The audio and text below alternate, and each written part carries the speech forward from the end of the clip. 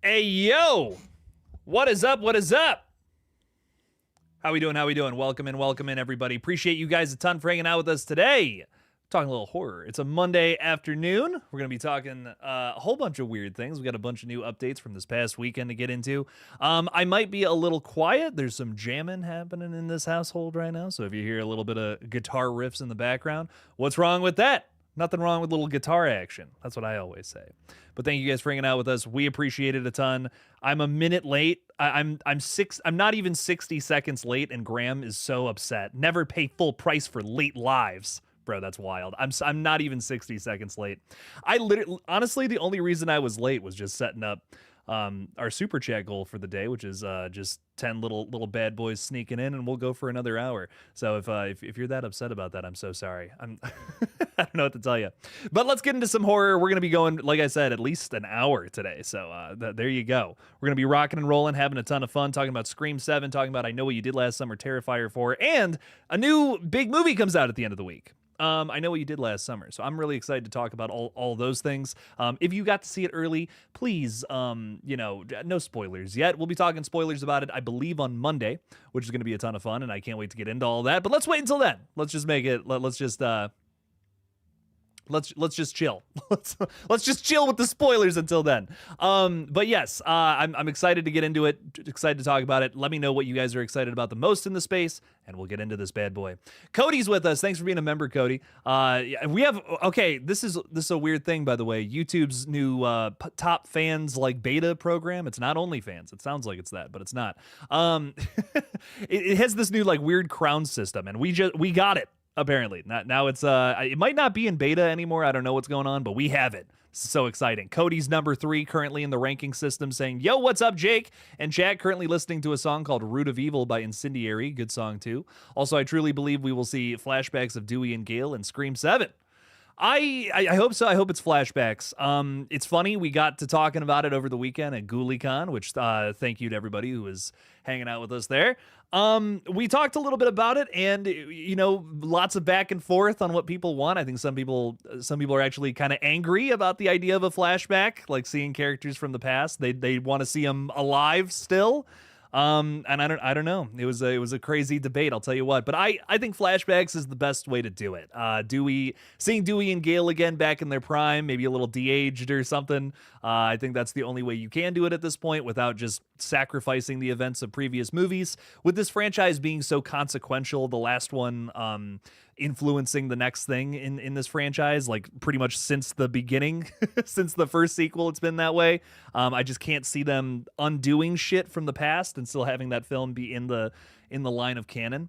So I think it's got to be flashbacks. That's the only way we could be seeing all these characters come back again, which I almost feel is a borderline spoiler with how the way they've announced it. I almost feel like it's borderline we know that's happening. It's got to be flashbacks. They're not gonna resurrect Roman, Stu, and Dewey. You know what I mean? I mean, there's a point where it's like movie magic can only take you so far. So I think that's probably the route that we're going with this new one. But we'll see. We'll see what it's all about. Ghostface is in the chat with us, probably the new one from Scream 7, saying, "So excited for I Know What You Did Last Summer on Friday. Your boy will be seeing it at 2 o'clock on Thursday, and I will have a review later on that night." No spoil. I probably won't post a spoiler review. It's just gonna be a spoiler free, so y'all be able to see it if you haven't watched it yet. But I'm excited. I'm excited for you to watch it.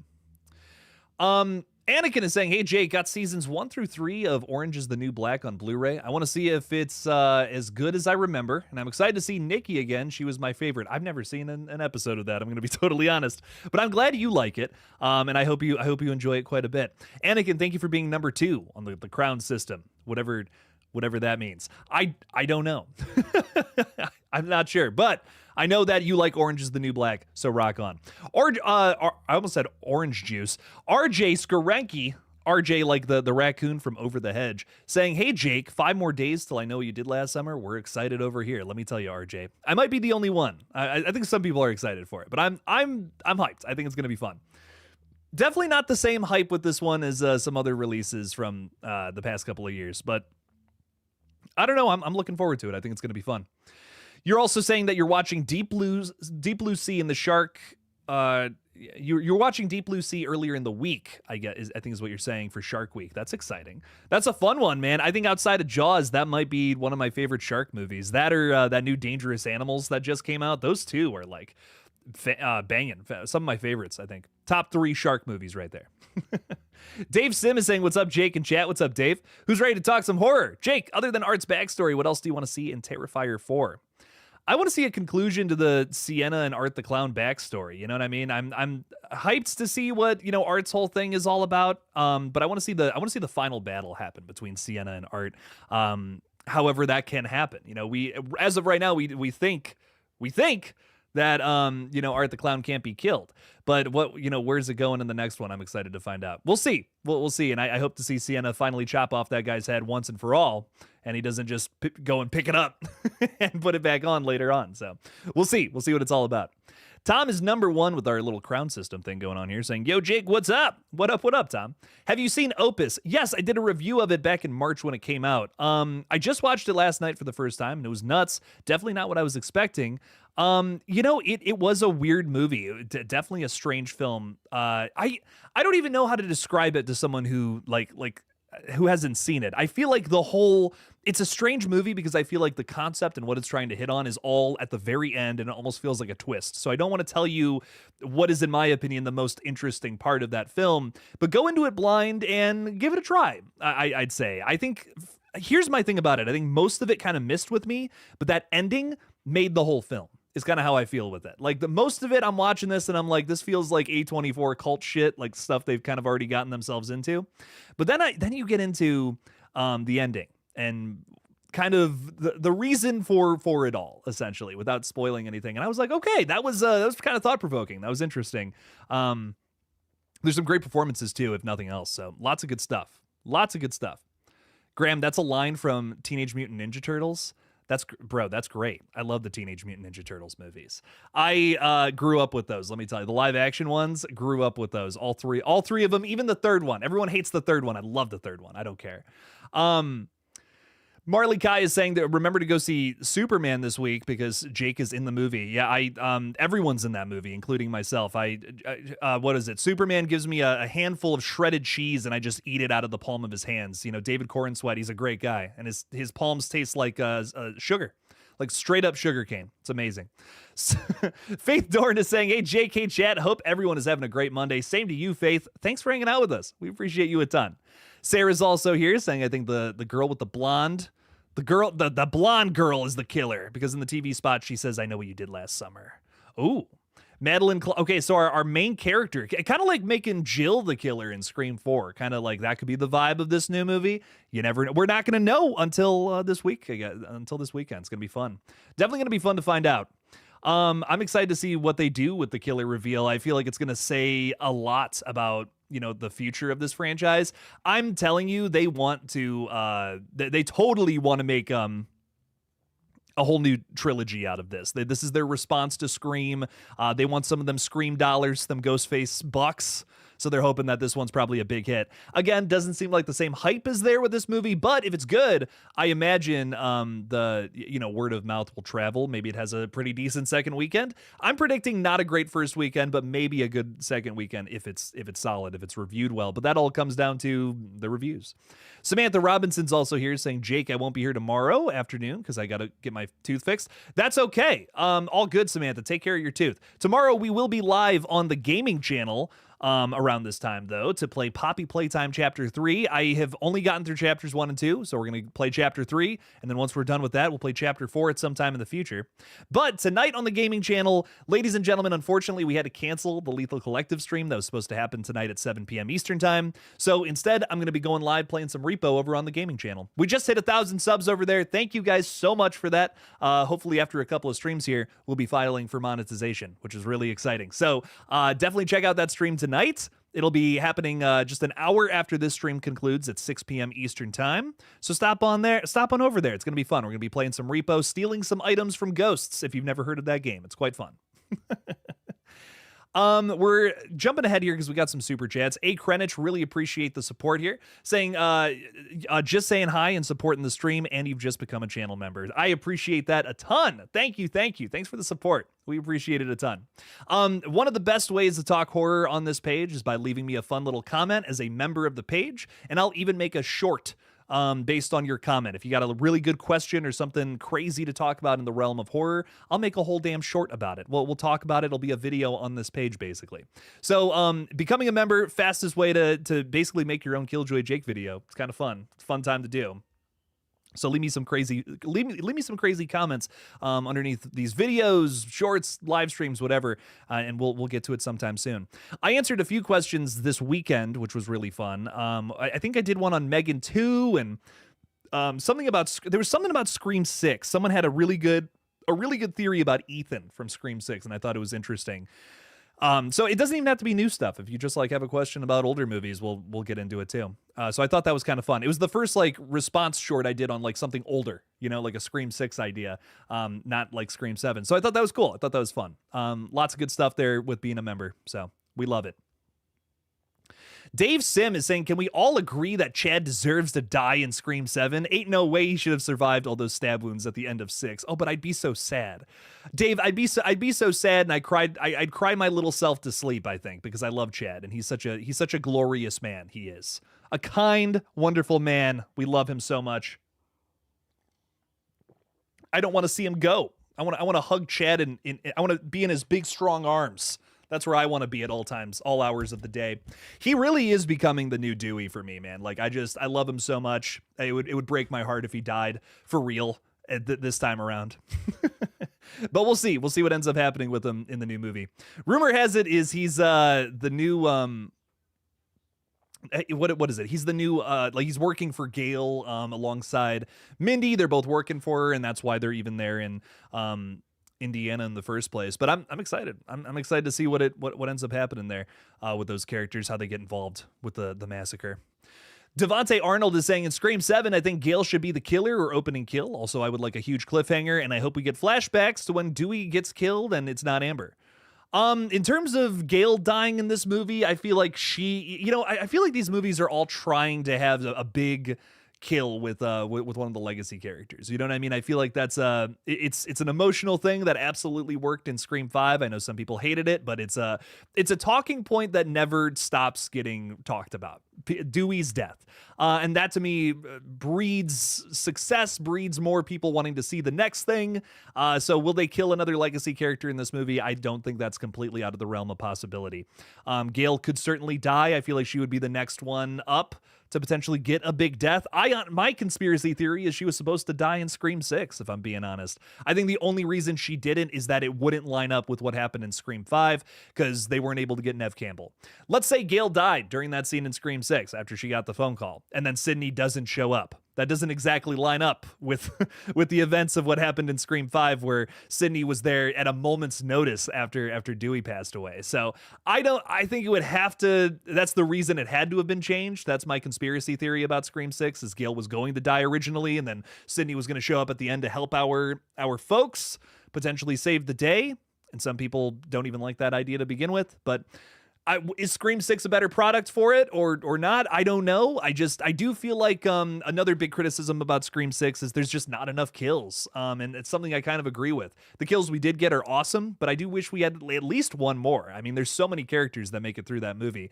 It's almost kind of a bummer, if I'm being real. JPR is saying if Ash it's a slasher movie, you know what I mean? We got to have kills. JPR is saying if Ash versus the Evil Dead had a sequel, what would you want them to go from the ending of season 3? Oh, easy answer here, JPR.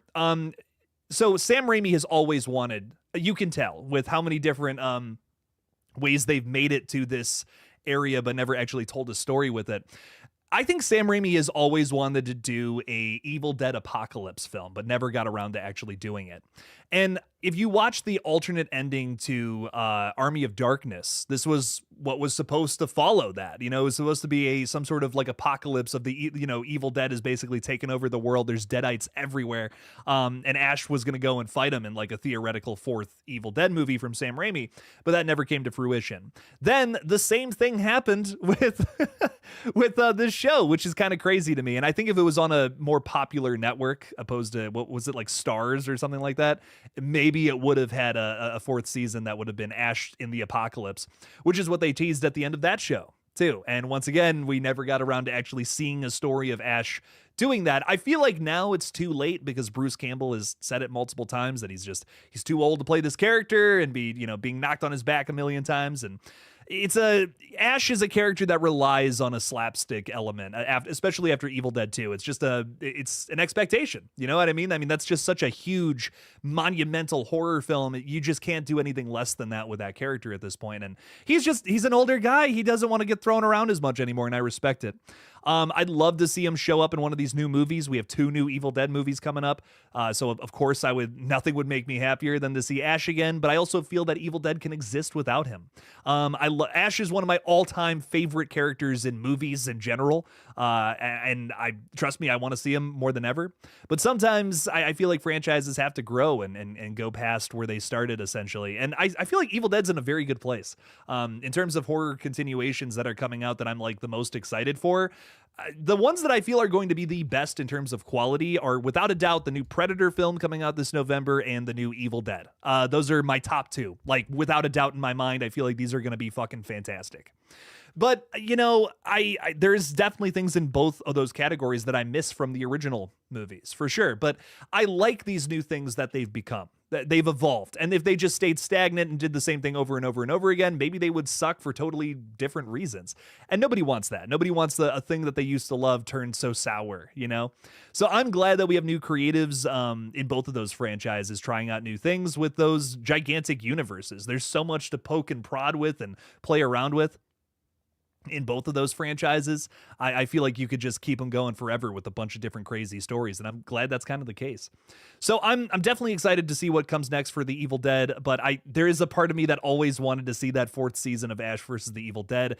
To this day, I think that is one of the very best horror television shows, like without a doubt. They did that so much justice.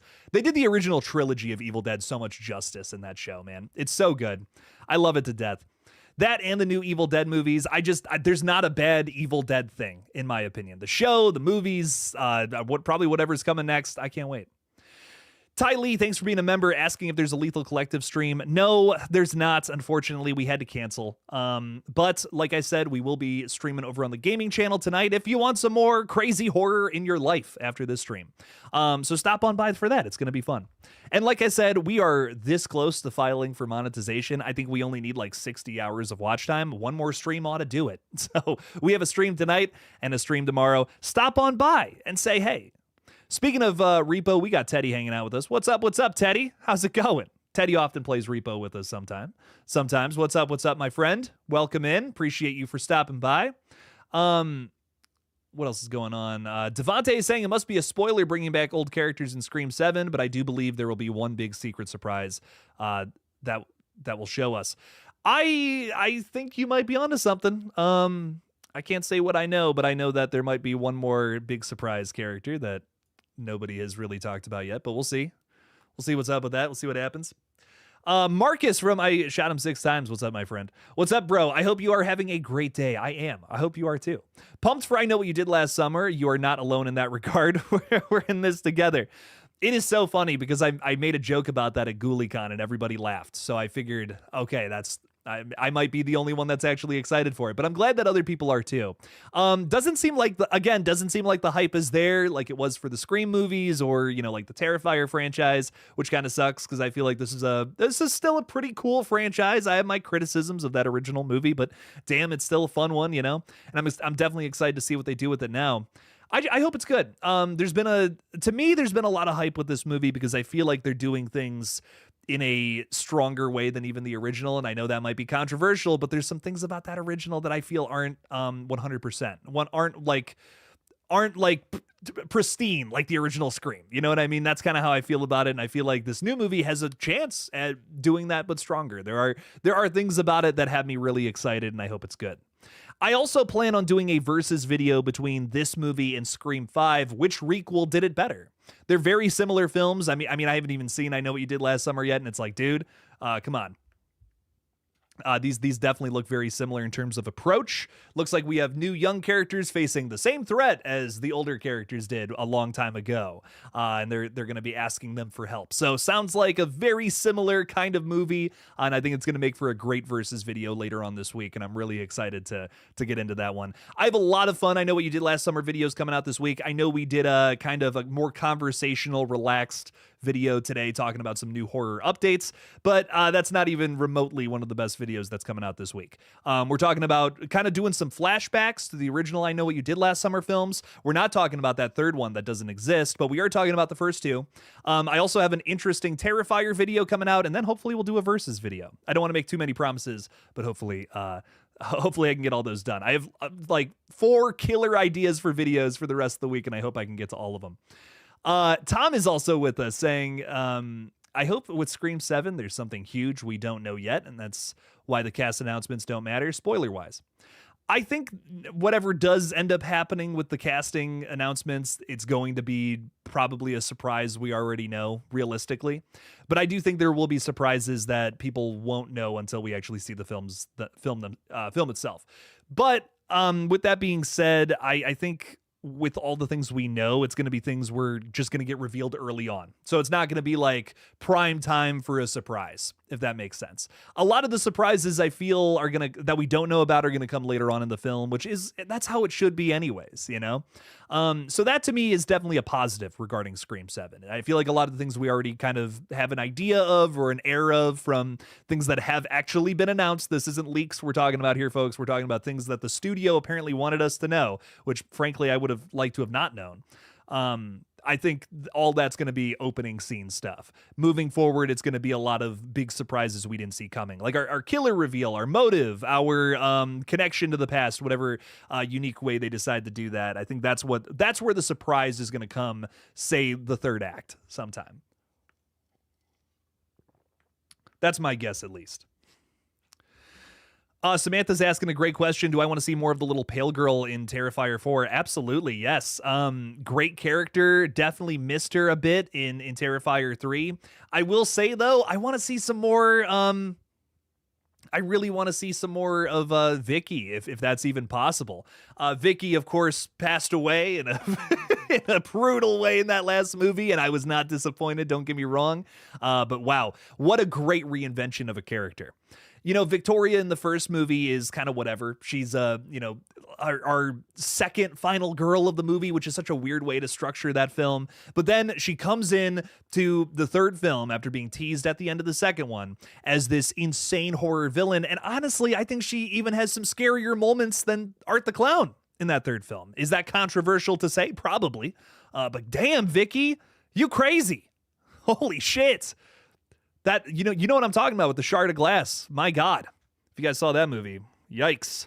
That was awesome. So I kind of want to see more Vicky. I'm going to be honest. Samantha Scafidi, man, she rocked it in that last movie. Honestly, I think that might be the more I watch Terrifier 2 and Terrifier 3, I honestly think Terrifier 3 might be my favorite now, the more I sit with it, just because of how excellent Vicky's performances. Samantha, I do agree with this, though. This is where I was going with it, and you beat me to the punch. I gotta stop talking so much. Samantha, yes, I want to see Vicky, Art, and the little pale girl. I want to see them all team up. It's a family of clowns running and killing people in Terrifier 4. I couldn't agree more. That's what I want to see. 100%.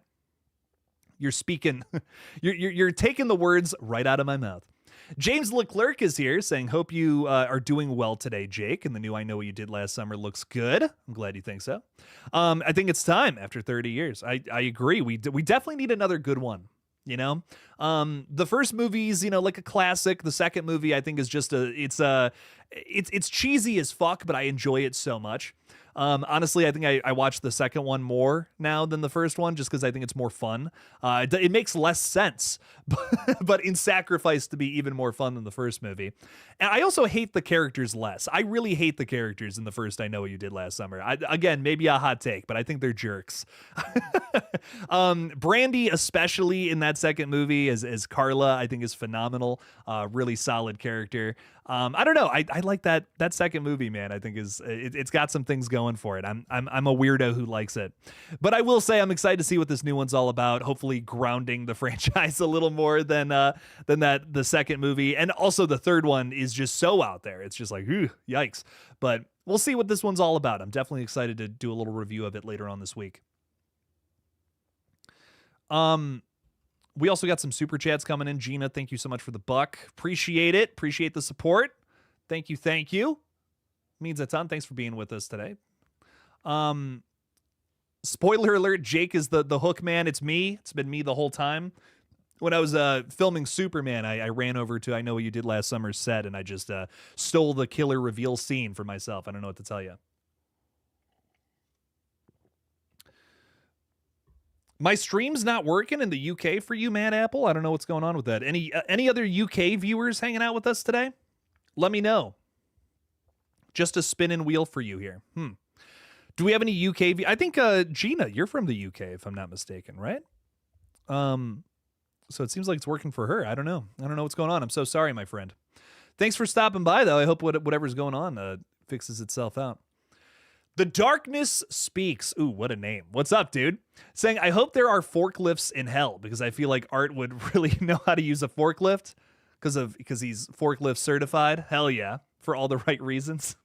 This is an insane comment. I love it. I love it so much. I really like the idea of just in general, just him using a forklift. That would be awesome. Could you see him like running that into someone's like face and then like lifting up and breaking someone's head in half? That could be an insane Terrifier kill. Oh man. I'm really excited to learn more about Terrifier 4. Hopefully production starts, going up sometime soon. I don't know. I want to get some kind of update on it, man. I mean, we know that Halloween Horror Nights, they're getting a new haunted house this fall, which is exciting. We also have the Terrifier video game dropping in October, which of course I'm going to be playing on this new channel. So I don't know. I have faith in the Terrifier franchise moving forward, of course, but I'm dying for some updates, dude. Dying to learn something about it, especially something like this. A picture of Art the Clown on a forklift, driving and someone screaming in the distance. There we go. That'd be a great behind the scenes photo teasing some crazy shit. Tom is definitely worried about the I Know What You Did Last Summer box office. Hope it at least breaks even. They're marketing the hell out of this movie, so it makes me think it probably will, but I see the concern. I definitely see the concern. It's really a shakeup. I don't know. It's tough to predict which way it's going to go. Everyone I talk to is excited for it, but it doesn't seem like there's a lot of people that are actually like genuinely pumped for it. So I think that's kind of that's the question. You know what I mean? I feel like that's the question of if it's gonna actually do well there, if it's gonna be this big box office surprise. I hope it is. I'd love another big franchise to kind of take over for a little while. That would be fun. So I'm definitely rooting for this one, but you never know. You never know with a lot of these movies. Some franchises just don't have the same hype after coming back from a long time ago. Final Destination did, kind of surprisingly, but it also makes sense. I mean, this is a franchise that left on a very good note. Final Destination 5, across the board, most people really like this one who are franchise fans. And I think that's a big reason why when they announced a new movie, years and years later, 14 years after that one came out, people were hyped. People were like, yeah, definitely want more of that. They remember it fondly. I Know What You Did Last Summer, people might not remember it as fondly because the last two movies are not as loved. I Still Know What You Did Last Summer, but I recognize the fact that the majority of people probably don't.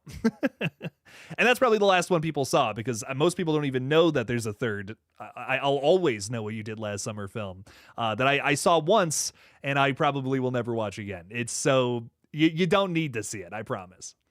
I promise. Troy the Noodle is saying, how about Pokemon? Is this Troy? What's up, Troy? What's going on, dude? Hang on. I need to know if this is Troy, my nephew, or just some other... This is Troy, my nephew. What's up, Troy? How's it going, dude? Killing it with the YouTube channel, I see. Good stuff, good stuff. Love to see it.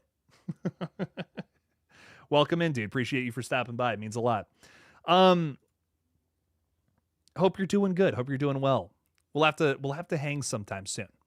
What else is happening? We got Mad Apple saying if someone sorts this, Jake gets a $50 super chat. I really hope you're able. Yeah, I really hope you get it fixed though, man. That always sucks. It's never good when the internet's just kind of not working. Martin is in the UK. It's working for you. Hello from the USA, Martin. How's it going? Welcome in. T. Tanza is saying, Jake, which Scream movie do you think has the best soundtrack? Easy, Scream 3. It's Scream 3 all day, baby. I love, like, honestly, I really like most of the soundtracks. This might be a hot take. Scream 5 soundtrack, I think, is the only one I don't like. It's whatever. I don't like the end song on Scream 5, like over the credits. It's just, I don't feel like it fits. I don't feel like it fits the vibe of the movie I just watched. But Scream 3's soundtrack is like easily the best. Like, it bangs so hard. Every single tune is like 10 out of 10, like great choice, great artists. There's who's on that? Static X. You got some Creed. I'm trying to think who else is on that soundtrack. I remember listening to it after I watched Scream 3 for the first time, and it's just like, dude, every single tune on this is banging. We love Scream 3's soundtrack. So that's one category that Scream 3 just totally blows the rest of the films out of the water with. I wish I could say more positive things about Scream 3, but that's my one. Anytime people bring up soundtracks for Scream, it's always Scream 3 that takes that trophy, that gold trophy home, without a doubt. But it's a great question. Tom does not really like the Demi Lovato song for Scream 6. I love Demi Lovato. I don't know. I guess I'm alone in this, but out of a lot of modern day pop, I really enjoy a lot of Demi Lovato's music. I feel alone in that boat, but I actually do like a lot of her stuff. So I Scream 6's soundtrack is solid. I think it's well done. The Mike Shinoda song I also like. I love like Linkin Park sounding music too. So I'm definitely into a lot of that stuff. Trying to think what else is on that soundtrack. Isn't there like a Billie Eilish song? I like her too. I think she rocks. I think she's awesome. So I love a lot of older music. I think the majority of the stuff I listen to is like 90s, 1000s stuff, but there's some modern stuff that's good, man. A lot of it gets a bad rap, but I like some modern music, man. Stuff here and there. Cody is really hoping to see Rhea Ripley in Terrifier 4. Please God, make this happen. Hey, that would be cool, man. I'd love to see it. I know she's really pining to be in this one. It would be really fun to see. Obviously, wrestlers have been a big part of the Terrifier franchise. Seems like a lot of people in that community just love this series. And obviously, you got Chris Jericho in 2 and 3, which is sick. So I'm excited. I'm excited to see what goes on with all of that. She's really lobbying to be in this new movie. Would be great to see her as somebody getting killed in the next one. Wes Carpenter Flicks is saying, I'm hoping the storyline for Scream 7 goes with Stu coming back from AI with some wannabes in the cult, and he pops up in the final act to kill some cult members. This has been a big talking point recently. A lot of people at GullGotha were actually talking about this. Some people, big theory going around right now, which I might end up making a video on. I don't have a lot to say, I guess, about this, which is why I don't want to make a whole video. But some people are saying that Sydney is going to believe that Stu is still alive based on AI videos that are being sent to her. And I don't know. Like, to me, it's like, it's Sydney Prescott, dude, not my grandmother. You know, like that's kind of how I'm looking at it. I just don't like that. To me, it says a character isn't very. Like, just not, I don't want to say not very intelligent. That's not the way I want to say, but it's like not very, easily fooled. That's what the movie, like, that's what a device like that is telling me about a character. And this is Sydney Prescott we're talking about. I mean, come on now. I don't think she's going to be fooled by an AI video. Not the greatest, smartest final girl of all time. That's how I'm looking at it. You know what I mean? So I don't know. I'm fine with, if they want to torture Sydney or something with like AI videos of characters from her past, saying some like awful things. But if she believes it's real, I just don't buy that. I don't think that's going to work for me at all. With, again, this is a character that has so much history. There's so many things that have happened with this character throughout, 5 movies now. You got to keep these things consistent with what's going on here in 7. It's a tough task. Nobody's saying it's easy. And honestly, I don't think any movie at this point is going to get everything right with the legacy characters. But that to me is such like I'd just be rolling my eyes my entire time watching a sequence like that. It'd be really frustrating for me personally. To watch something like that happen on screen with the character who's supposed to be like super smart, always finds a way to outsmart the bad guy and is a super badass. I don't buy it. I don't know. Jake, have you seen Funhouse 1981? David, thank you for the $5. I really appreciate the support. Saying this is the kind of carnival them horror movie that amazed me compared to the Hellfest movie. What do you think? I have not actually seen Funhouse. I have seen, you know what's funny about this though, David? I totally remember seeing it at like Blockbuster or something. I know that I can see the cover in my mind and I know what it's about. I've just never actually sat down and watched it. I have seen Hellfest though, or Hellfeast. I think if you mean Hellfest, I know that movie. Hellfeast, maybe I don't know that one. That could be a movie. That sounds like the title of an 80s horror film. I've seen Hellfest though, and if it's similar to that, I'd probably be vibing with it. But it's a carnival horror movie that it amazed you. I'm definitely gonna check it out. That's one I'd love to see. I think horror movies in 1981 are just a different beast, man. 1981 horror, like that year in particular, had so many fucking wild indie horror releases. If it was like something a part of the slasher craze or just some bizarre psychological bullshit, there's so much crazy things happening in 1981 in the space of horror. It's a monumental year for horror for so many different reasons. But yeah, okay, I'm gonna have to check this one out. Funhouse. I wonder if that's streaming anywhere. Now that's a good question because I would stream that 100%. Yeah, it's got the creepy clown on the front of it. I'm not kidding. I've seen this at like a Blockbuster or something like that. I remember being like, oh, I want to see that. That's crazy. Oh, okay. It's directly inspired from Friday the 13th. They wanted to basically copy the same success. There's a million movies with that description. Okay. I'm gonna have to sit down and check this one out. Unfortunately, it was a commercial disappointment, which is a bummer. Oh my God, there's so much interesting shit about this movie. Dean Koontz wrote a novelization. I'm such a weirdo. I really like Dean Koontz novels. If you don't know who that is, by the way, basically Stephen King's like one of his biggest competitors in terms of like who was writing like horror stories during that time period. Dean he's written a lot of really bizarre horror novels that I think some are really good, some are just like too weird. Like even for me, they're too weird, but he's got some really good stuff. Wow, that's a weird one. Okay, shit. I'm gonna have to do some digging on that one, David, because that is some interesting stuff right there. But Funhouse 1981, I'm gonna watch it as soon as possible. David, thank you for the $5. Appreciate that a ton. Seems like a weird little horror hit that I've never actually sat down and watched, so definitely gonna have to give it a try sometime. Talia is also hanging out with us saying, I love Demi Lovato as well.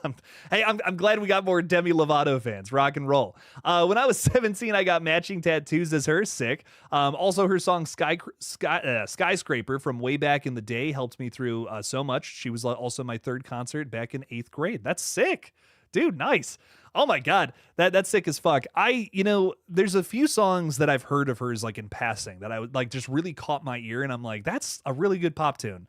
There's things about there's things about her music that sticks with me, and it's like it's more things than just, oh, she has a nice voice, or oh, the beat on this was interesting. It's like those arrangements were really interesting. That caught my ear the way that this was arranged, or there's something happening in this song that actually has like something kind of gripping to it and doesn't feel too like cookie cutter like a lot of other modern pop music. I feel so. I don't know, whenever you can stand out in a field that is so simplistic and typically kind of the same across the board, that goes a long way for me personally. So I feel like an artist like that is somebody who I'm drawn to in the space nowadays. So I mean, she's still mainstream as all hell, you know what I mean? I'm not trying to overinflate this comment here, but I really like her music quite a bit. Tom is saying that Robert Englund is getting his own star on the Hollywood Walk of Fame. Very nice. Ceremony is on Halloween this year. That's badass.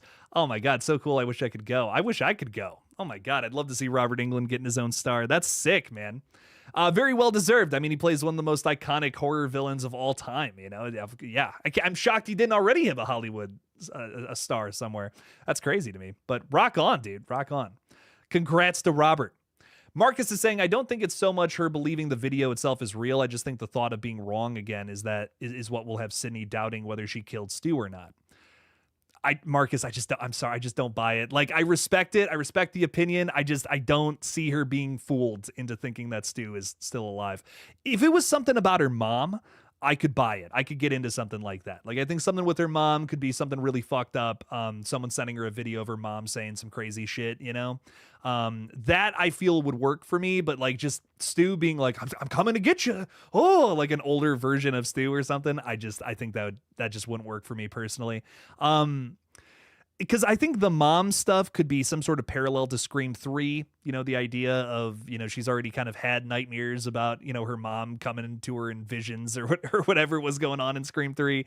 I don't know, something like that could work for me in terms of, you know, weird little scary AI videos.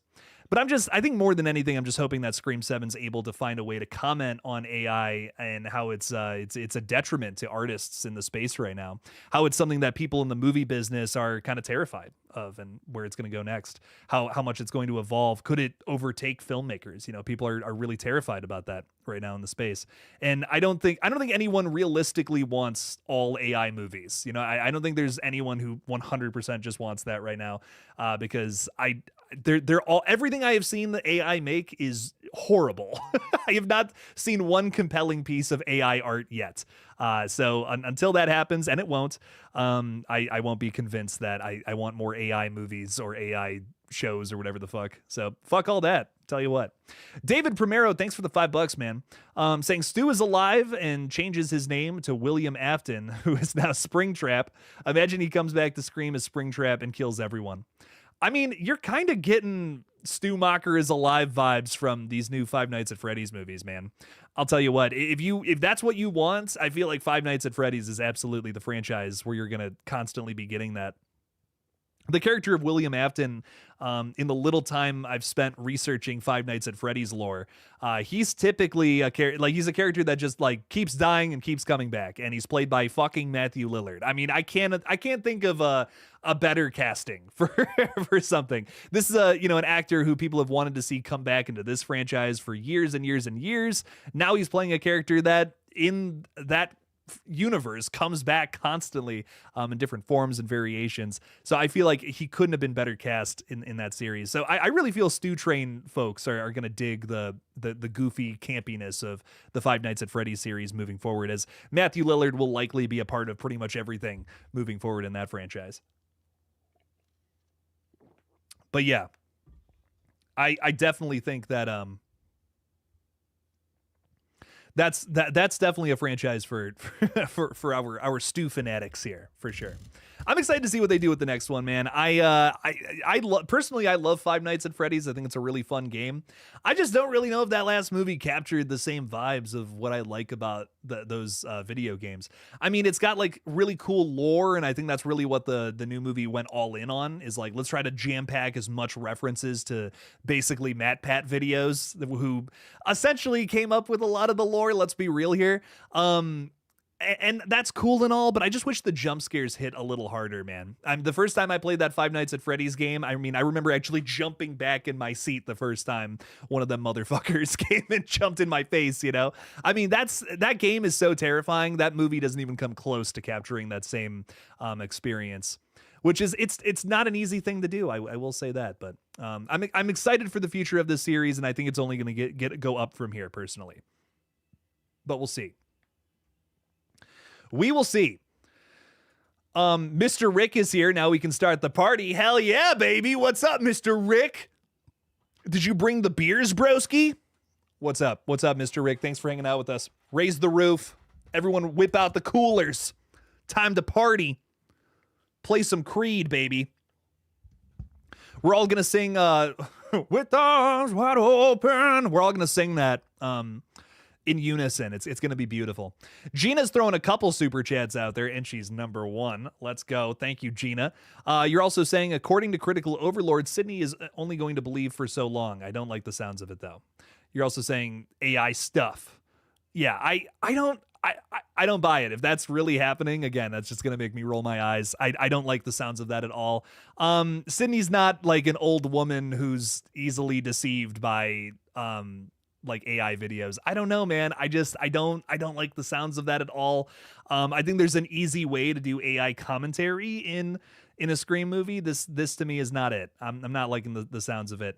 I don't like the idea of making Sidney Prescott a stupid character. You know, I remember watching Halloween Ends and just watching these characters who had been established one way throughout multiple movies be totally represented in totally different ways. It's like it was almost like the same actresses weren't even playing the same. Like it felt like totally different performances from totally different characters in this movie. Andi Matichak is not playing Allison from the first two movies. She's just not. It's not the same character. She's been reduced to a simple love interest who can't see very obvious signs of the making of a killer, which is like, you're someone who's obsessed over Michael Myers for years now. How are you not responding to that? That doesn't make any sense to me. It's the same thing here with Sidney Prescott. I just hope that they get her characterization right and it lines up with what's already been established.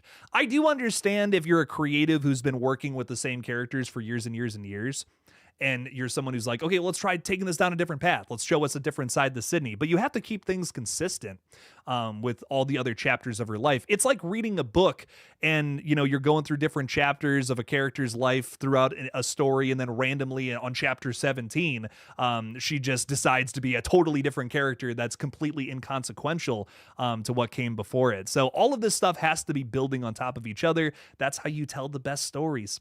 So I just really hope that Sydney's not completely out of character here and just like kind of dumb, because that doesn't line up with what's happened in literally every other performance from Sidney Prescott. She's always had a very strong head on her shoulders. And I would just hate to see a dumbed down version of this character. I don't think anybody wants that. I can't see how anybody would want a watered down version of Sidney Prescott. That's just not what I'm looking for here. I want to see her be a badass. She's earned that after multiple movies of fighting different ghost faces. She needs to be like at the top of her game in this movie, frankly, for me to really be impressed. David Primero's also throwing another $2 out there saying that Funhouse is available on YouTube for $3.99. Well, shit. I'm not gonna lie, I got a little bit of time after this stream. I might start it, so we'll see what's up. Well, like I said, we are streaming at 6 o'clock, playing some Repo over on my gaming channel, but I might squeeze that in, David. I might see if I can squeeze in like a good half of that movie before we get in there.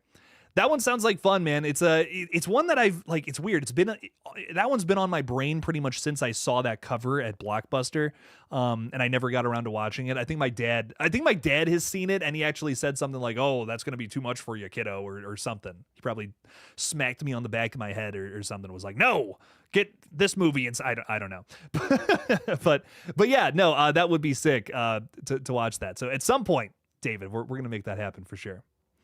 But dude, thank you again for the super chat, man. And you basically just paid for the movie with both of your super chats for me. So I really appreciate that. Thank you. I'm obligated to watch this one now. We're making it happen, I promise. Gina's throwing another $2 out there saying, have you seen Stay Alive? That's the video game movie, right? Where they have to, like, they're playing the video game, and if they like die in the game, they die in real life or whatever. Yeah, I think I have seen that a little while ago. It's fun. It's a cool concept. I think it's really fun, and it's very like Thousands feeling. And I'm so nostalgic for like horror movies or just movies in general that feel that way. I'm always a little more apologetic for just any movies that are like that. It's a really cool concept though. If you haven't seen that one, definitely an interesting watch. I don't remember loving it, but I was like, okay, this is a cool concept. So I definitely enjoyed myself enough. There was something interesting happening there with that one for sure. But Gina, again, thank you for the support of the page. Really appreciate it. And holy shit, we got ourselves a $50 super chat from Mad Apple, achieving our goal. 10 out of 10 super chats. Thank you guys. Really appreciate the support. Mad Apple had a software update on iPad that fixed it. Well, good to hear, dude. I'm glad you're here. All working now thanks to my fellow followers and Jake himself. Oh man, that really means the world to me. I'm glad you got everything sorted out. I'm true to my word. Here's your $50. Thank you. Have you ever seen the movie Hellfest? One of Tony Todd's final movies. My daughter recommended it. I love Hellfest, man. This is a really good movie. It's such an interesting concept that, interestingly enough, has been explored in multiple films around the same time that it came out. Hellfest, I think, is one of the best ones, though. There's another movie, I believe it's called Haunt. I think it's called Haunt. I get that one mixed up with something else, but bunch of movies where it's like you're going through a haunted house and shit's real, shit's the actual scary stuff is happening. In this, people are actually dying. There's some kind of conspiracy. Hellfest definitely got a really cool vibe to it. Kind of doing something similar to that. And I like it quite a bit, man. It's a fun watch. I believe it was written by Akella Cooper, who just one of my favorite writers in the space right now. I think she's made a lot of really good movies that have bad sequels. But it's still funny, man. She's written a lot of really good movies, but it's like almost every sequel she's been a part of, I feel like, has been a stinker, which sucks. But her originals are great. If it's Hellfest, if it's Malignant, the first Megan, and then she also does like The Nun 2 and had I think like a story by credit on Megan too. So it's a shame. But I do like a lot of her movies quite a bit. Hellfest, absolutely a must watch. A bit of a hidden gem. I feel like not too many people talk about this one. Doesn't get brought up often. But I'm glad we're talking about it here. Let me tell you, this is a good one, dude. This is a banger of a movie. And I'm glad it's got brought up. I think it's on, where did I watch it? I thought I watched it on Shudder. I'm not 100% sure. Let me look this up. Cause man, this is a good one if you haven't seen it. It's the one thing I really remember being strong about this movie was the fact that a lot of the characters were very like free flowing, but I mean that in a good way. It didn't feel like a lot of the dialogue was scripted, but it didn't feel, it felt more real. Like it felt like there was chemistry between characters, even if some of the dialogue feels like, that's a weird thing to say. That's a weird way to put that. It's free on Pluto TV, which is cool. And it's also, you can like rent it on a ton of different platforms for the same price as as Funhouse, interestingly enough, for $4. So if that's one you want to watch, I recommend it. It's fun. Don't expect a masterpiece or anything, but it's a solid movie, and like Matt Apple was saying, Tony Todd's in that bad boy, so it's a good one. It's definitely a good one to watch for sure. So solid film, and dude, thank you again for the 50. Really does mean a lot. I'm glad everything's working with the iPad. Thanks for hanging out with us, man. Hello to the UK. So much love, dude. And you're also saying Haunt is like it's a parallel movie, really good. Daughter got me the 4K disc. Very nice. So you got just a ton of people in the family that love horror. That's great to hear. Same thing here. My dad and I, we just love horror movies. We go back and forth about it all the time. I'm actually going to see the new Ari Aster film with my sister. It's our like a tradition. Every time there's a new Ari Aster film, we go to the theater and see it. And we got Eddington this week, so we're gonna make a pilgrimage to go out and see that. And it's gonna be a disaster. Like they're always just so hard to watch. Fucking nightmare fuel of movies. but nonetheless. We're here for him. Matt Apple, again, I can't thank you enough. That really does help big time. Really, it keeps the lights on here at the KillJoy Jake studio, and it means more than ever as my fiance and I are moving into an apartment very soon here. So we need all the support we can get. So thank you, Matt Apple. I really do appreciate that. Patton Jester is also with us saying, hey, Jake, it's about time I get to join the stream. I was busy watching your horror update videos. It was a long one. It was a long one today. So I appreciate that, Patton Jester. Lots to talk about, though. Oh, my God. I mean, it was only like 3 days since I did a big update video like that. We had a bunch of updates to get into. 7 very big updates that we talked about. Which I like. Lots of fun stuff to get into there. Terrifier Haunted House, which is crazy. That was a really exciting one. Had a lot of thoughts on that with what's been announced about what's going on with HHN this year. I don't know. I'm definitely excited. Definitely excited to see what that's all about. I wish I could get down to HHN, but man, I am so I'm so happy for everyone who does get to go. I'll tell you what, I'm very, very happy. It's just not in the cards for me this year, unfortunately, and dude, I'm so bummed because I want to see the Terrifier house so bad. It sounds like it's an amalgamation of Terrifier 2 and 3, like a lot of the best moments kind of slam and jam that together, if that's a phrase. Slam and jam, the good old fashioned slam and jam. Kyle, I keep saying it. Kyle Gordon is with us saying, good afternoon, Jake. You kill it on streaming. Love your channel. Thank you so much. I appreciate you. My fuzzy penguin friend saying, have you seen the latest Weapons trailer? Movie looks really creepy and fun. I saw that a poster came out today. If a trailer also dropped, I might have missed it. But I did see the new poster, which was kind of cryptic and maybe gives us a hint at what the hell's going on here. Had a really interesting tagline. that I thought was sick. But yeah, I'm definitely really excited for this movie. One of the most cryptic and weird movies out there right now. That's upcoming. I feel like we only know like a little hint of what's going on in this one. I feel like we don't have the whole picture yet. And that to me has me really excited about it because I like being surprised. I feel like that's half the reason I come to horror, is to have some sort of big twist or shock or some kind of element I wasn't expecting. There's so many movies nowadays that do get a lot of buzz, but I feel like I get exactly what I expected so many times. I mean, don't get me wrong, I'm excited for Superman. I'm seeing it later this week. But like, I feel like it's just going to be exactly what I expect from it. I feel like it's just going to be, it's a superhero movie and, Superman's going to take down the bad guy. And if that's all you're looking for, rock on. But I just, for me, my draw to horror is the surprise, is the shock factor. I feel like not a lot of other franchises really hit on that too well. And when they do, it's always a big standout. I mean, I remember the first time I saw, Spider-Man Homecoming. This is a weird draw from a different genre, but the first time that you find out that Michael Keaton is the bad guy, like the kind of, it's a little bit of a twist in that film. It's like, whoa, okay, shit, that's crazy. Or sorry, it's not that you find out he's the bad guy. He's what's her face's dad or whatever. That scene where he opens the door, it's like, oh, it's kind of a jaw dropper. You're like, holy shit, didn't see that coming. That was sick, but. Yeah, again, just weapons, big reason why I'm excited for it. Sounds like it's going to have a lot of twists and turns. I don't think we know everything about it going into it, and that has me really excited. I'm loving the marketing so far. Biggest thing I'm loving, getting into specifics though, all these images of Benedict Wong looking fucking crazy, dude. Look, if there's no other reason to go see this movie, like if you're just not interested in all, look up all the pictures that have been released specifically of Benedict Wong. We're talking about the guy from Doctor Strange having blood coming out of his eyes and he's going crazy. And mind you, in the trailer, it's revealed that he plays the principal at this school. What is going on? Why is he covered in blood and losing his fucking mind in all these images that are releasing? It's insane. We got another one today. New image of him just going completely bonkers. And I'm like, what is happening in this movie, man? This is so nuts. But I'm excited for it, man. It looks good. I believe that's August 8th. It's the kind of like the second weekend of August. That one comes out, and I can't wait to see it. A lot of good movies coming out here in the next couple of weeks, fellas. Have I seen Wes Craven's My Soul to Take? Dude, I have been, there's so many Wes Craven movies I've missed out on that I've been meaning to watch. That one is actually on my list, as well as, is it Deadly Blessing or something like that? Oh, I can't remember the name of it. It was like some movie he made right before A Nightmare on Elm Street. That's on my watch list right now. I recently went through his catalog and wrote down a bunch of movies that I'm like, oh, that sounds good, that I had never seen before, and I'm going to sit down and watch them.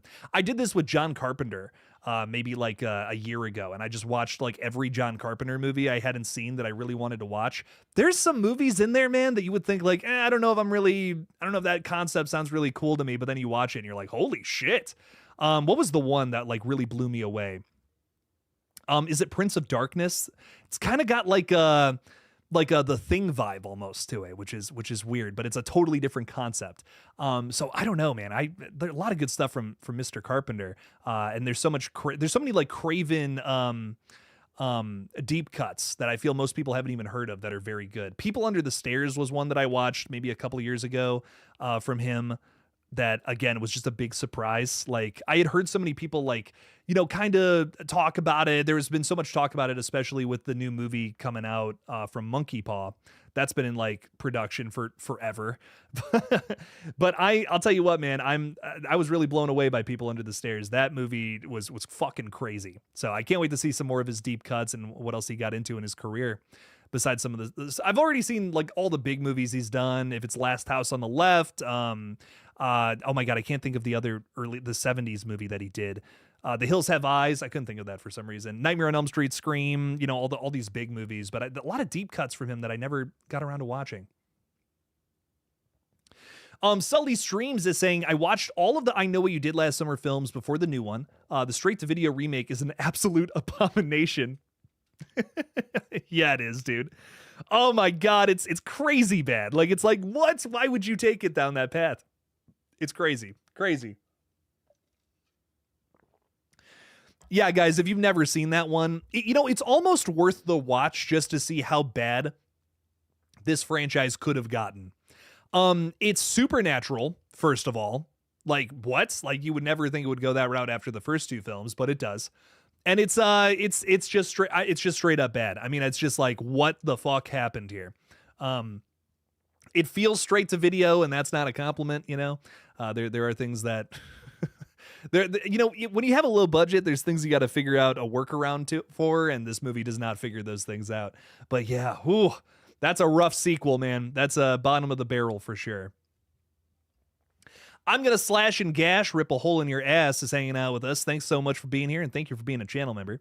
Saying, to be fair, Sydney's generation and younger ones can't even always tell the difference with AI. I don't think it's far-fetched, or at least initially, that it scares her, since that's mirroring real life. It's mirroring real life, and you're right about that. I get the want to do something like that. But I just think portraying Sidney Prescott is, like, I feel like it could portray Sidney Prescott as dumb. And that's, I don't think that would work for me. I think that would be kind of out of character. Let's be real here. There's things that Sidney Prescott has done that is far-fetched in the 5 movies she's been in. But I don't care. She's a final girl. I want her to be badass. That's kind of that's the vibe. That's the vibe of a good horror movie like this. I don't want to see her in a position where she comes off as too weak or too dumb to figure something out. There's, you know, every hero's journey has to have some sort of dip where the character is facing some sort of struggle, of course. Like, I don't want to see her just every single thing that comes in her way, she just karate chops it out of the way and is a fucking badass with like no effort. I don't want to see that, but I don't want to see Sidney Prescott portrayed as, you know, dumb, and she doesn't realize that the person she killed 30 years ago is still alive. Like, if that's a huge plot point in this new movie, I ain't gonna buy it. But if it's something where someone sent, like Ghostface, for instance, sends her a video of Stu, AI Stu, you know what I mean, saying some crazy shit to her, and it's like, it just kind of fucks her up for a minute, and then maybe she has a joking conversation with Gale later on saying, oh yeah, that was clearly him, he's totally alive still, and Gale's like, yeah, I don't know about that. If they have a joke conversation back and forth, whatever, that's not a big deal. But if it's a big plot point that Sydney believes that Stu Macher is alive because of an AI video that was sent to her, I ain't buying it, dude. And the way that a lot of these, you know, some of our leakers are talking about it, I don't know, man. I'm not, it's kind of hokey to me. I don't like that. Not a fan. But I think I could get into the idea of AI videos fooling other characters. I actually would love the idea of a bunch of people in universe who believe that Stu Macher is alive because of AI videos going around. But our main characters know it's just a bunch of smoke and mirrors. That's the way you do something like that, is side characters on the TV saying something like, oh, no, Stu Macher's alive. It's meta, you know what I mean? It's referencing the fan base, but then it's also kind of, it's also AI commentary at the same time. You know what I mean? It's kind of two birds with one stone to do it that way, versus just having a main character be fooled by something that's a big talking point nowadays. So I don't know. I feel like that's the way they should go about it. That makes a little more sense. That feels a little less demeaning towards our main characters. But again, we'll see what it's all about. We got the Creamy Tickler in the chat. What's up? Why do you have the guy from Breaking Bad as your your profile picture? That's terrifying. Is that Dean Norris, right? I hope Welcome to Derry ends up being good. I don't know how they can pull off a Pennywise prequel without giving too much information on the character. I think that's kind of the point of the prequel, love it or hate it, is to tell more about Pennywise, where he came from, and why. We already know why he's doing all of this, but could we talk more about Pennywise's origins, you know, through this prequel series, and give us a new insight on the character without giving too much information away, though? You know, we don't want to know literally everything. I don't want to know about, you know, Pennywise's parents or some shit like that, but can you give us some sort of insight into where he came from? That was kind of teased in It Chapter 2 as well. I mean, we got a little bit of, you know, seeing how he came to Earth and shit, which was cool.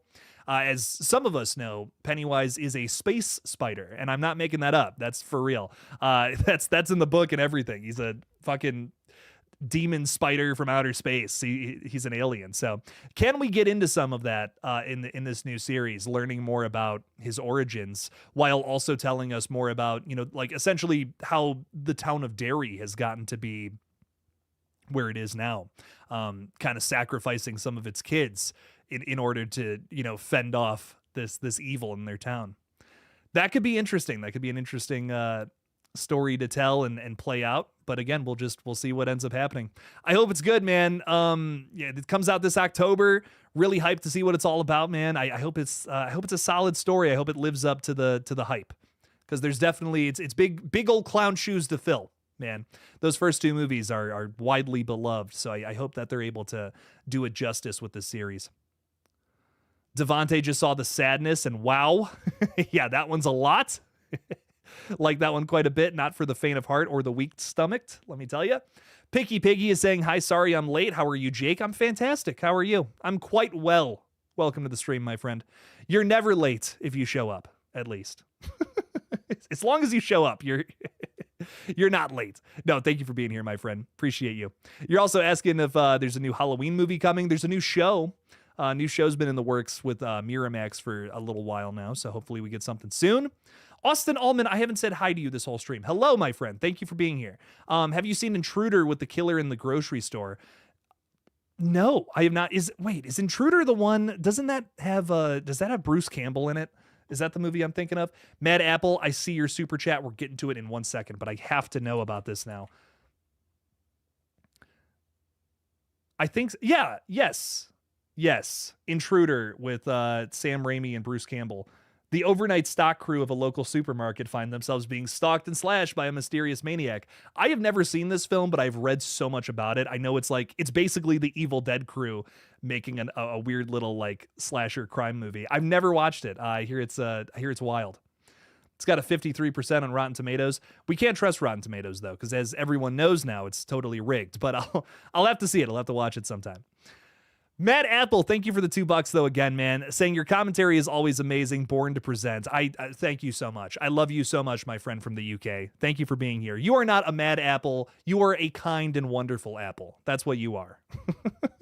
No bad apples in this bunch at all, baby. No, thank you for being here, my friend. Really appreciate you. Thank you for the support.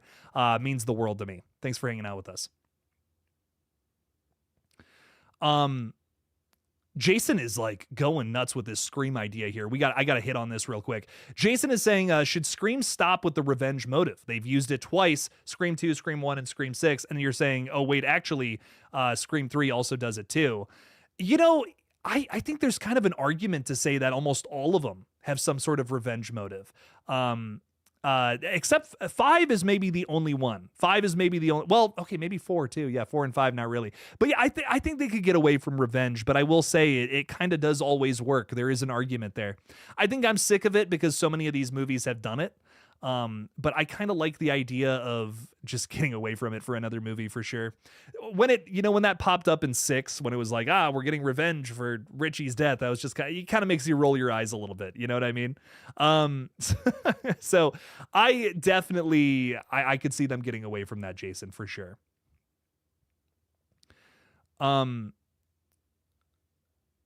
Misery Gaming saying, Jake, you will be proud to hear HHN made my squirmish friend who usually only watches Blumhouse horror to agree to watch Terrifier this weekend with us. Let's go, baby. Where can you stream Terrifier 3? It's currently on Screambox if you want to stream it there. It's a really solid streaming service. I weirdly can't get it to work on my phone though. Which bums me out, which is why I don't really have it anymore, but I love Screambox. I think it rocks. Some good originals on there, and they have all the Terrifier movies, which is sick. So lots to love with Screambox. But yeah, I know it's there. I can't say to where else it is, though. I don't know where else it's streaming. I just, me personally, I just know that's one I'm going to watch a million more times in my life. I got the Steelbook, baby. So definitely one to buy because that's a great rewatch. But oh my God, that's so exciting, man. Yeah, definitely, definitely watch that movie if you haven't. David Primero, thank you for the $2, saying Skeet Ulrich is in Five Nights at Freddy's 2. Yikes. Yeah, him and Stu are having a little bit of they're coming back for that one. I know the criticisms of that first movie, but I weirdly have some faith in the next one. I weirdly think it could be good. Again, I'm such a fan of those games, man. They are scary and kind of wild. And I think ultimately that's why kids like it so much. Kids want to be scared. Kids want to see the horror movie. That's weird. That's crazy. You know what I mean? That's for adults. That's why I remember as a kid, that's what I was thinking. I'm like, oh my God, this is scary. You know what I mean? I want to know what that's all about. I want to get into that. And some kids will have nightmares. This is true, but Some will be fascinated, and I think that's why Five Nights at Freddy's, it needs to be scary as a film. So I know the adults may complain about their children having nightmares, but man, we need some good jump scares, I think, in the next one for sure. So hopefully that happens alongside a great cast, which we already know it has. So Skeet Ulrich and Matthew Lillard, I'm sold on that alone. That's sick. So David, again, thank you for the $2. We appreciate it. Hopefully that next one's good. Steve Kalinj is saying, yo, what's up, my friend? Welcome in. Thank you for being here. Ty Lee is saying that Intruder, that Sam Raimi film we were just talking about, is on Tubi. That's another one, man. That's another one I gotta watch. You know what? I'm writing these down. I'm literally gonna write these down. I have some time tonight, actually, without considering that the Lethal Collective stream has been pushed.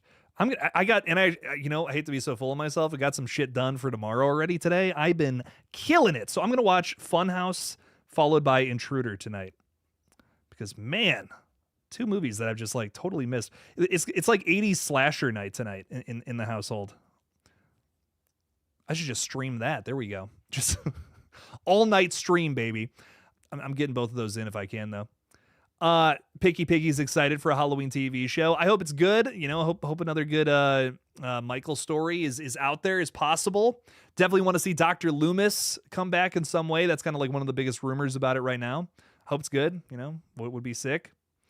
Creamy Tickler is saying, if you want to know the lore about me, Jake, there's lore. Oh God. I hope this username, because I have this username because I lost a game and Hank's smiling face is what pictured someone called the Creamy Tickler to look like. Okay.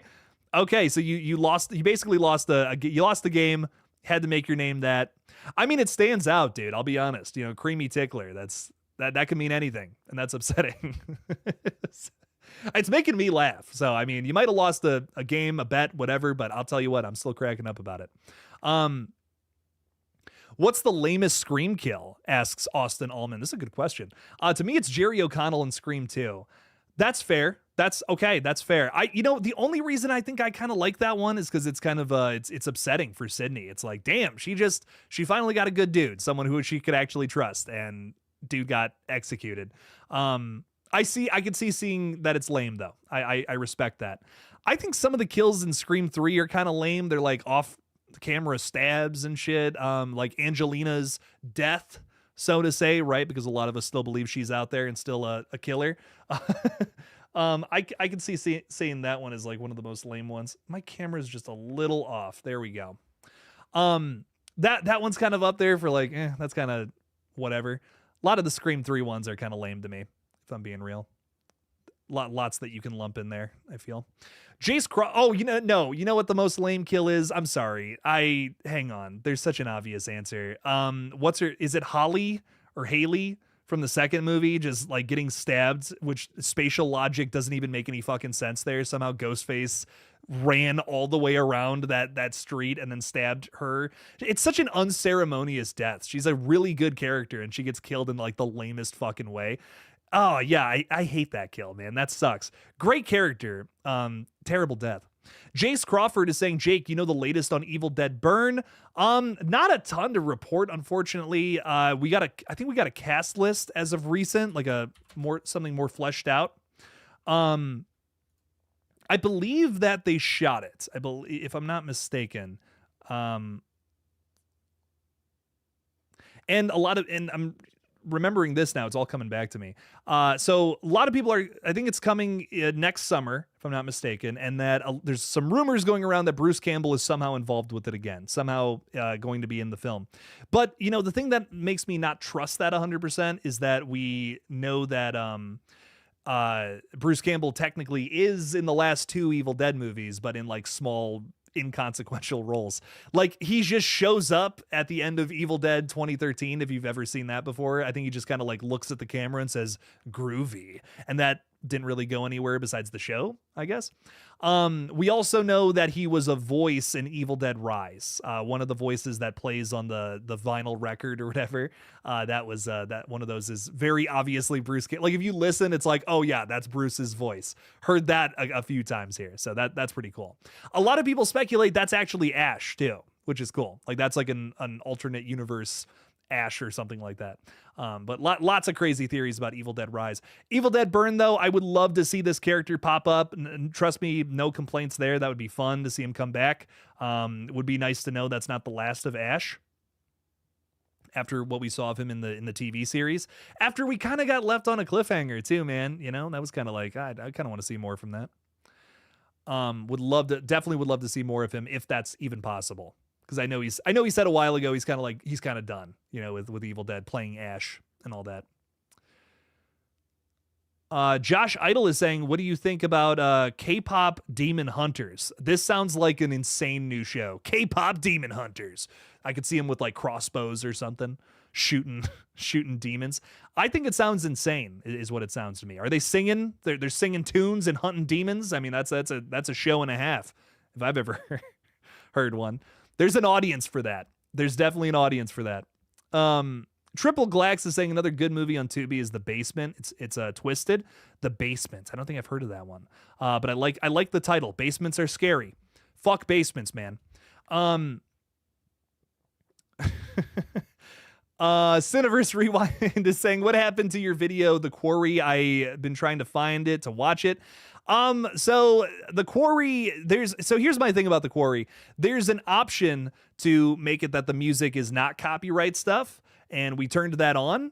And afterwards, I got hit with 1 million copyright claims for the music, so I had to take it down, which really bums me out. I thought that, like, I looked it up and everything. It's like, yeah, if you turn that on, the music shouldn't be copyrighted, and it still just everything got taken down. So unfortunately, I can't stream that game.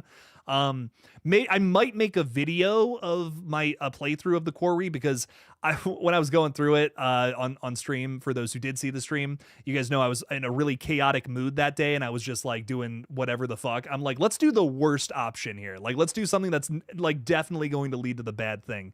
And we made those decisions quite a bit. But I think I'm gonna make a video of like an actual playthrough going through it. I only made it halfway through the game. But so I don't know how it ends or anything, or how it could end, I guess I'm going to say. But yeah, I will definitely make some sort of video going through that at some point, going through the whole game, cutting out the copyrighted music from certain sequences. So we'll definitely we'll have something up on the page sometime soon. But yeah, sorry about that, fellas. I wish I could stream it, but I mean, I got hit with, I think it was like 8 or 9 copyright claims for different music, even after turning on like the streamer setting or whatever, which is such a bummer, man. Wes Carpenter Flicks is saying, have you already got your room picked out for your horror den in your new place? Yes. I know the layout of the room and everything, and I'm really excited for it. I have a really weird idea of how I want to approach the set, and it's going to be different than what we've had in the past, and hopefully I can do it. It's going to flavor the videos in a different way too. So in August, when we finally get back to making some new content, which that first week of August is going to be like re-uploaded stuff. So apologies on that. I know we did that last May when I was when I took a very much needed break, but we're going to be doing that again in August. I'm not going to have internet for a few days, so it's kind of just going to be like, that's all I can do. Have some videos just ready to go in the future. So that the first week of August is going to be tough for sure, but I will try to get out what I can then. But I am going to be setting up the set, and as starting this week, you're going to see stuff disappear from the set, so it's going to be kind of bare bones for a little while. But as soon as we get this new set, man, we definitely some cool things are coming. I have a really cool idea for how I want to approach the new set, and hopefully we can do it with some cool new ideas for how to edit videos and shit. The big thing about this set that I love is it's kind of got like an angle, so everything's angled in. Draws your focus to the center, you know what I mean? But there's also a lot of crazy shit going on. We got a lava lamp back there. We got, popcorn buckets and shit, but I want to do things differently moving forward. People have been looking at a set like this for literal years on the channel, so let's switch it up. Let's do something different. I bought a green screen recently, so that's a little bit of a hint as to where we're going with that. There's going to be different backgrounds for different videos. That's kind of the big thing, honestly, but I'll just tell you guys, I don't care. So we're gonna have there's gonna be a green screen element of videos in the future. I also have have a bunch of new posters that are going to be going up. That's going to be like a big part of it. And if I can do this, and fuck it, I'm just going to tell you guys, this was going to be a surprise, but I want to talk about it because it's fun. If I can make this happen, this is a big if. I can't promise this, but it's something I want to do. There's going to be a set for videos, and then there's going to be a set for live streams. So it'll be 2 different sets that I'll have made. And we'll see if I can make that happen or not, but no promises on that. I really want to be able to do that though, because I think it would be really cool. But I of course I can't promise anything as of right now. But hopefully the videos will be like that green screen set. Live streams will be like some just crazy bullshit happening in the background. Lots of different stuff to look at versus what you're seeing now. Because let's be real, y'all have been looking at this for fucking years. Let's do something else. Let's change it up a bit. Samantha Robinson is saying, Jake, what if the killers use footage of Marine's murder to torture Sydney? That could be cool. That could be fucked up. I think that could work if, again, if it's done the right way. I think there's a line there where it could come off as kind of cheesy, but can they do it in a way that's, actually hits and actually is kind of fucked up? That would be cool. That would be sick. The AI stuff, I really think they should, like, if it was me doing it, I would just limit it to a voice changer that makes you sound like different voices from the past, because this franchise has already approached that, but now it makes a little more sense because it could actually be utilized for horror commentary, for literal AI voices of characters from the past. We have that technology now. We did not in the year 2000. It did not exist. People like to argue with me on that in the comments, but no, that did not exist when Scream 3 came out.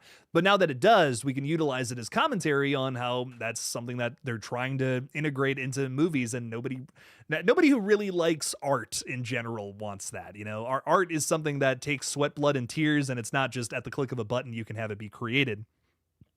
That to me is completely defeating the point.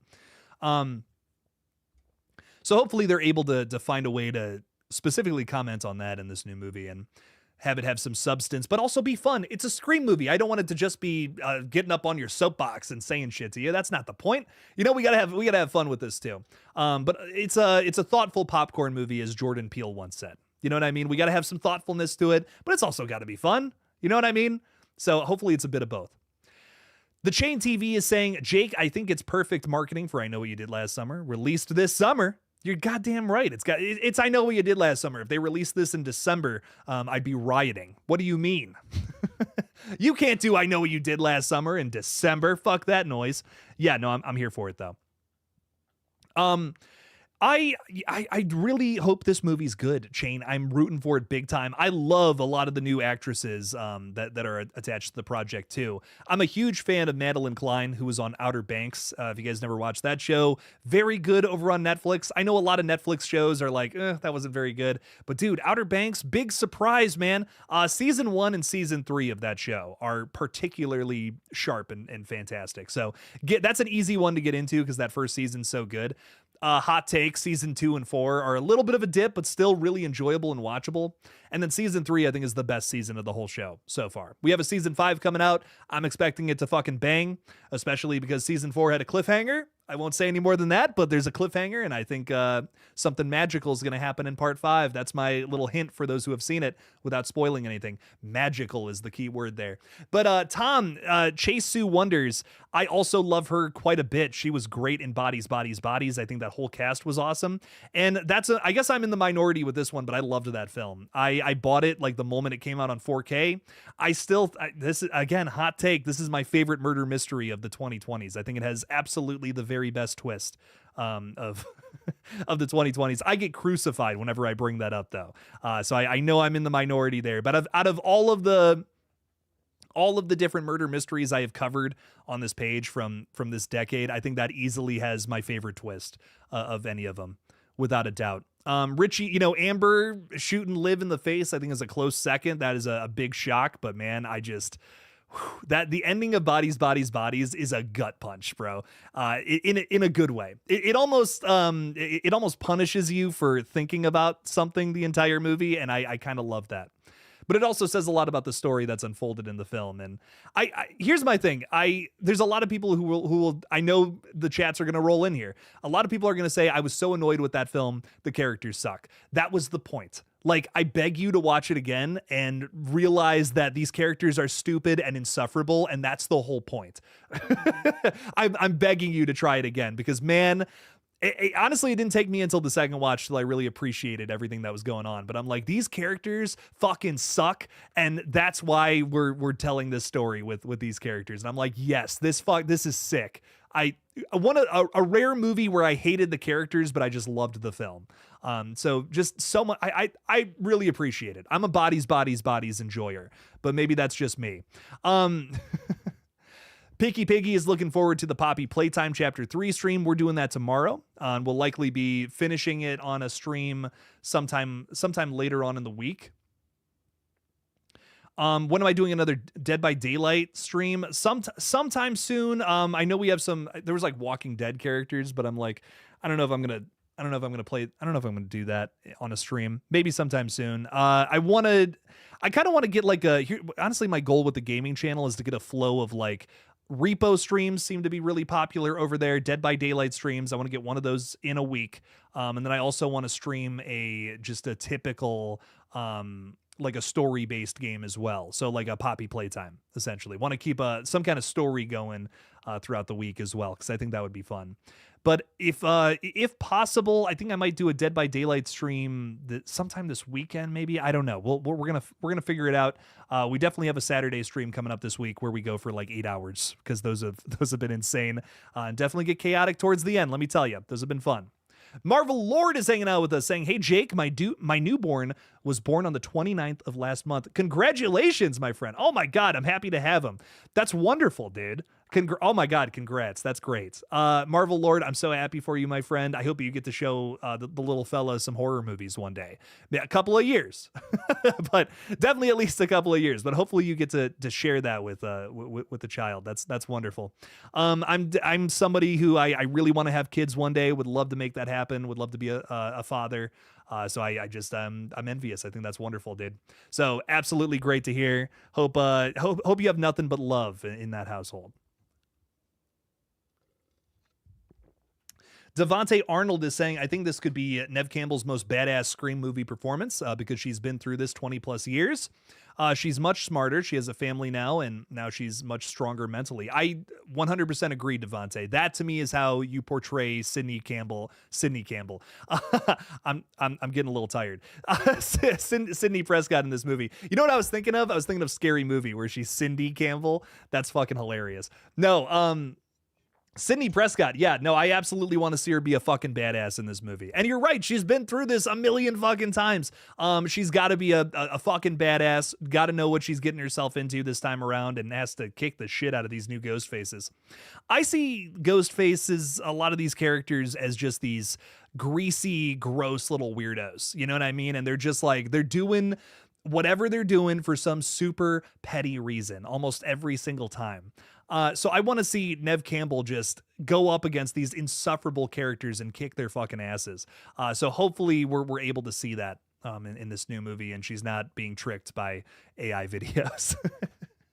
I don't know, man. That's kind of frustrating to me, but we'll see. We'll see what it's up. Thanksgiving was your favorite murder mystery movie of the decade. That's a great choice. Thanksgiving's sick, man. Also has a very good twist. I think also really solid twist, man. Patrick Dempsey as our killer is a lot of fun. Are they still making Thanksgiving 2? Yes.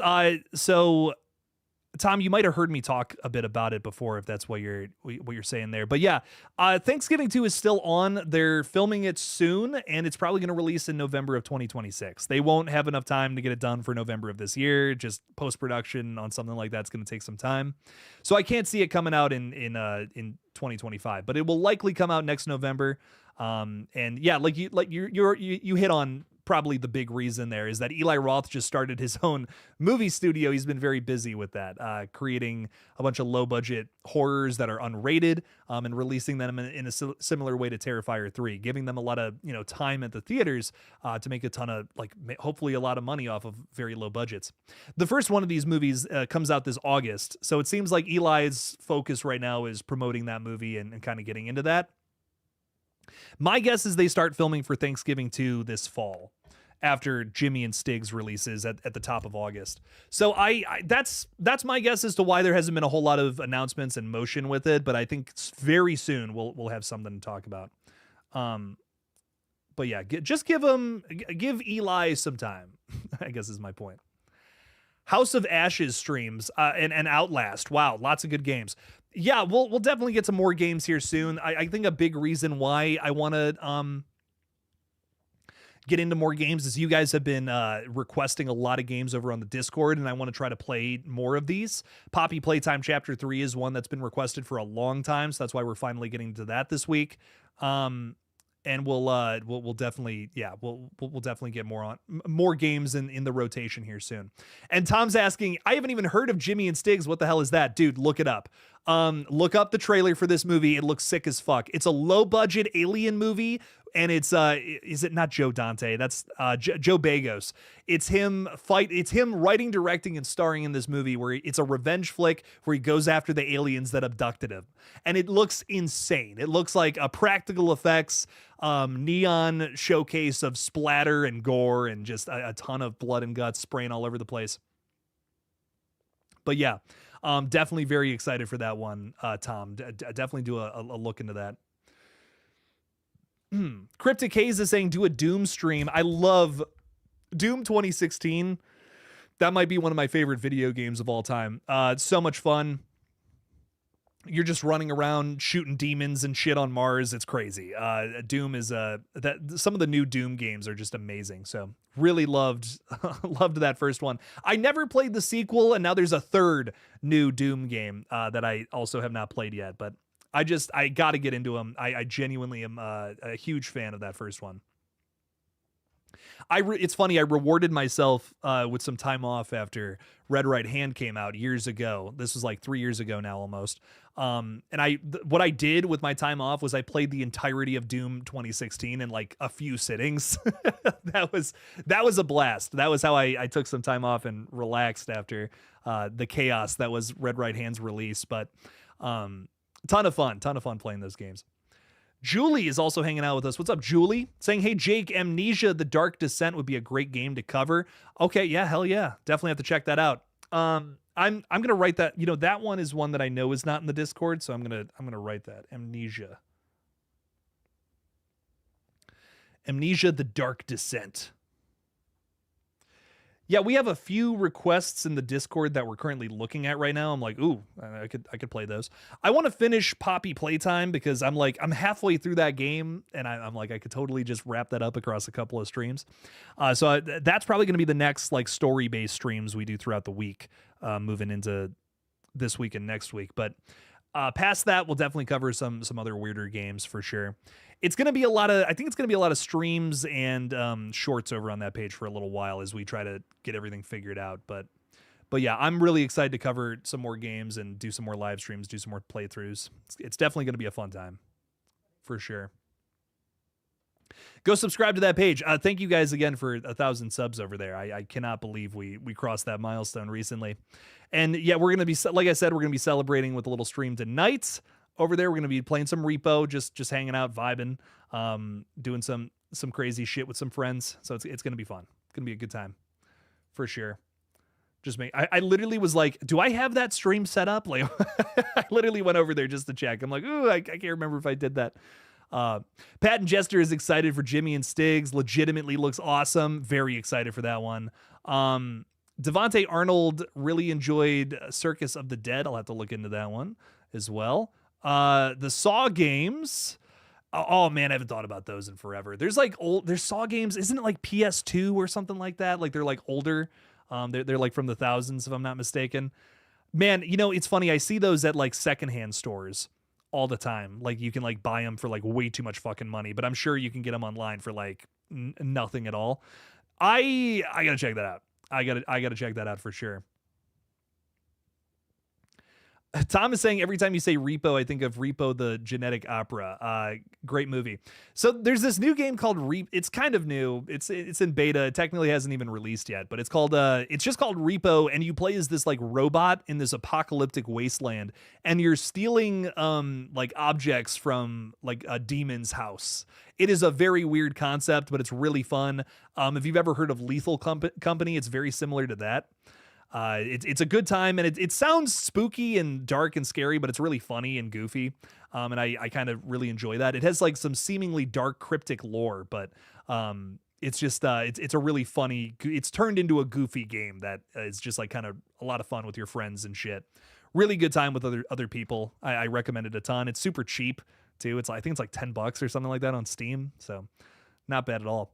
Jake, who's your most requested Dead by Daylight survivors? I'd love to see some actual Scream characters in there. We have Ghostface, but it's through Fun World, so not through actual Scream.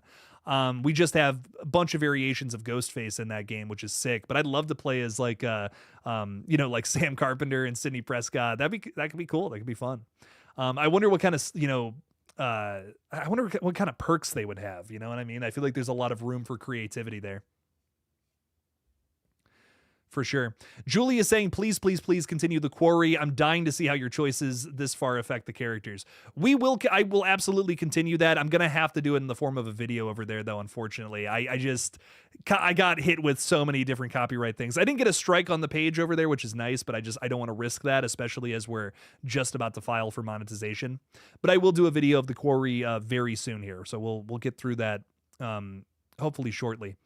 It's a big week with I Know What You Did Last Summer coming out, so this week I'm a little more focused on videos for this page, so you guys will be seeing a ton of content on that movie, which I'm really excited to get into. We're gonna basically, I don't know if you guys remember KillJoy Jake Retro, this other channel I tried to start where I was making all these like videos talking about past horror films, but we're kind of gonna get into some stuff like that here on the main page, and I'm really excited to do it. Really excited to get into all of it. But I want to do a look back at the I Know What You Did Last Summer films this week, and hopefully people watch. We'll see. We'll see what's up. Riley Rage is asking a question. Do you think after Scream 8 they will return to the Carpenter sisters, begin a new story, or a prequel perhaps? Well, it's really tough to say, man. We know that Melissa Barrera has demonized the studio multiple times. They have done the same to her, and I think the whole thing just kind of sucks, if I'm being real. So I just don't know if Melissa Barrera would work with Spyglass again. But then again, I'm looking at what we were talking about with Sidney Prescott, with Neve Campbell after what happened with Scream 6. I mean, she basically came out and said, she didn't say this directly, but she implied it, man. I don't, it's kind of hard to argue against this. She very much so implied that the studio was being very misogynistic and didn't want to pay, a woman more money to be in her own franchise.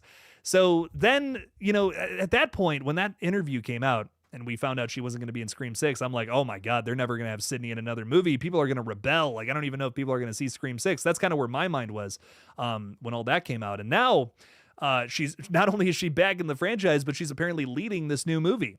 They've driven the money truck up to her door. So, what happens if this movie is kind of trying to wrap up the whole Sydney story? You know what I mean? Do they do the same thing with Sidney Prescott? Do they do the whole idea of or do they do the same thing with Sam Carpenter is what I mean? Do they do the whole same old? They drive the money truck up to Melissa Barrera's door. She's continuing to be in a bunch of, movies and shit. It's not like her star is fading by any means. She's got a new movie with Darren Lynn Bousman coming up here soon, which I'm really excited for.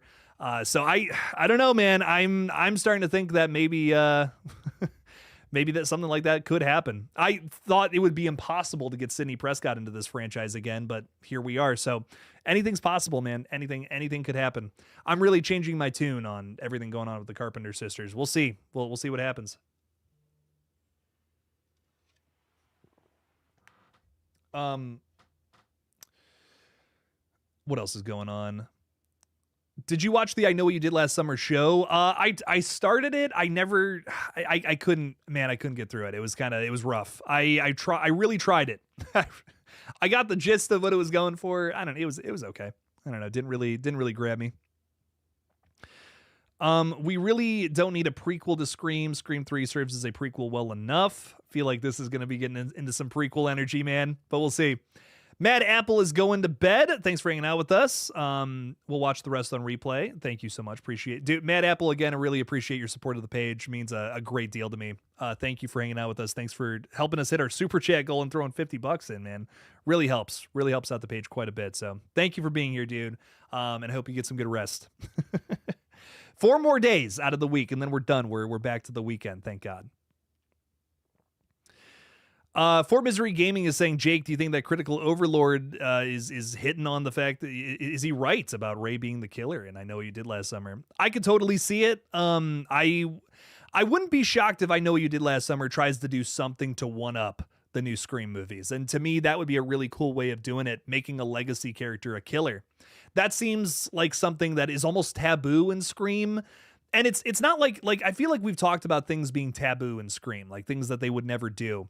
And then sometimes they do it, right? Like killing a legacy character or, making one of them the killer. There's a reason why Sydney should never be the killer in Scream.